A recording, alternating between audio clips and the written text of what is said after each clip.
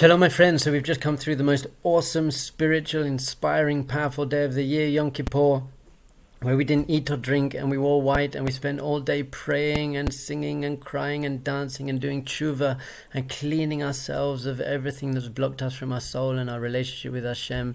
And we ended up the day completely pure, committed to being better, more holy, spiritual people in the future. And as soon as Yom Kippur finishes, and if not as soon, then definitely in the morning, most people just crash.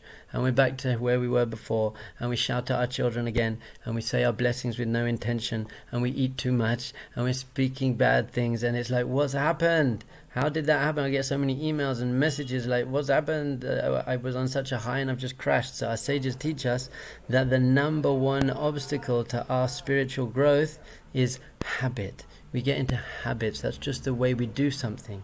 So on Yom Kippur, we break away from our habits a bit because, you're just praying and fasting, but then you get back into your habits. And that's bad habits. That's one thing. You bite your nails, or you smoke, or you speak Lashon Hara, or you do negative things. That's hard enough. But what about the good things we do habitually? When I say to my wife, I love you, without looking at her in the eyes and creating the relationship. When I say my blessings with no intention.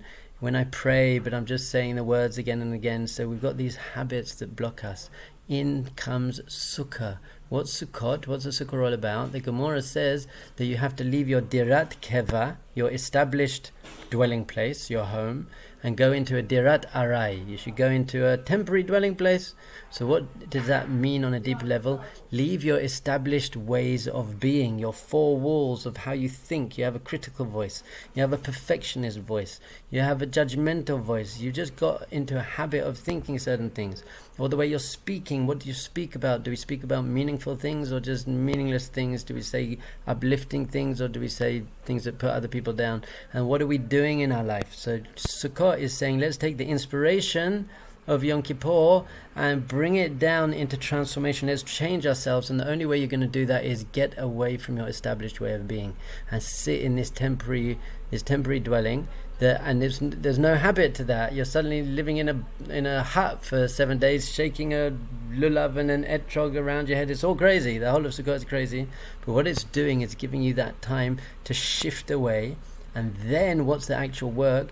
You can start preparing and planning for how to take the inspiration of Yom Kippur and Sukkot into the year. So how are you actually going to implement this? Our sages teach us a beautiful thing, that it says in the Midrash that the 4 days between Yom Kippur and Sukkot don't actually count against you in your list of sins. That doesn't mean you can intentionally sin, God forbid, but it means when you fall back into your habits, Hashem realizes you're going to do that and He gives you a 4-day kind of buffer zone.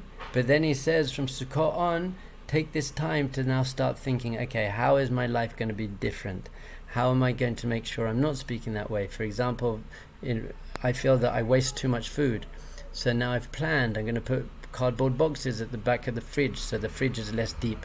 And I'm going to put a sign on the fridge saying, what's for dinner tonight? Well, let's check what's in the fridge before we make something else. So you've actually got to do the practical work of taking the inspiration, turning it into transformation. And this is the space that Sukkot gives us. The Sukkah is getting away from our set way of being and giving us a chance to replan and remodel our whole lives. But Ezrat Hashem will take the opportunity.